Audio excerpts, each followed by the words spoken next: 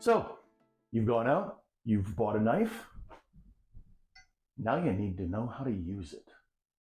Let me show you the basic techniques to start with. When you see chefs using their knife, they're going really fast, and you wonder, how do they not cut their fingers off? Why don't they look like this?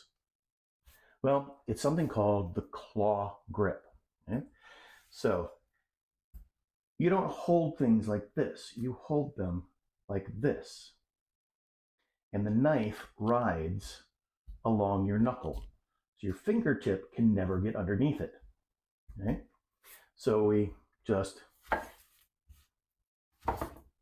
top and tail our onion, and we'll talk about this in another video. And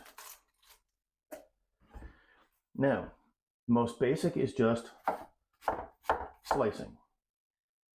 I'm pushing forward, running it along my knuckle. So I'm just going. Okay.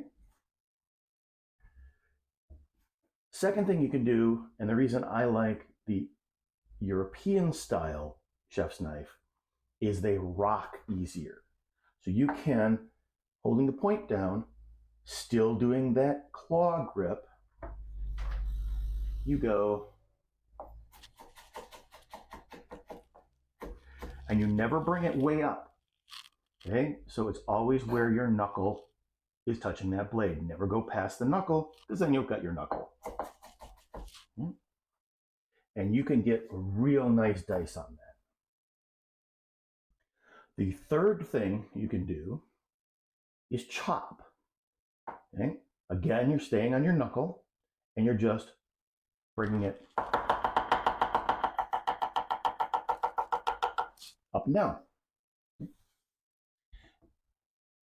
And the last most common way of doing things is if you have something like peppers, which have that tough skin, you can draw slice, I would call it.